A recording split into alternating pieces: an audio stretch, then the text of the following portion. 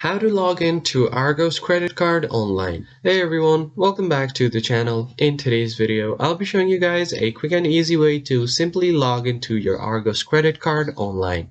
But before getting started, don't forget to hit the like button down below and subscribe to the channel.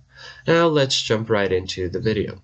The first thing you need to do is simply open up your web browser on your PC and then search for Argos credit card login. Once you do that, you'll see the first option about Argos credit card plans, manage your cards, and then you'll have an option to sign into your account. You can directly click on this link, or you can simply type in the URL as well. So I'm just going to open up this link. And once the website is loaded, you can simply go ahead and enter your email address here that's tied up with your account.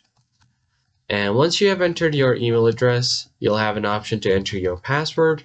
So make sure that your login credentials are correct and the ones that you are entering are tied up with your account. So once you've done that, you can simply tap on sign in securely and you will be logged into your account. But if you're having trouble or if you've forgotten your password, in that case you can click right here to reset your password. So you can enter your email address here and it will send you a reset link on your email. And from there you can easily recover your account and create a new password.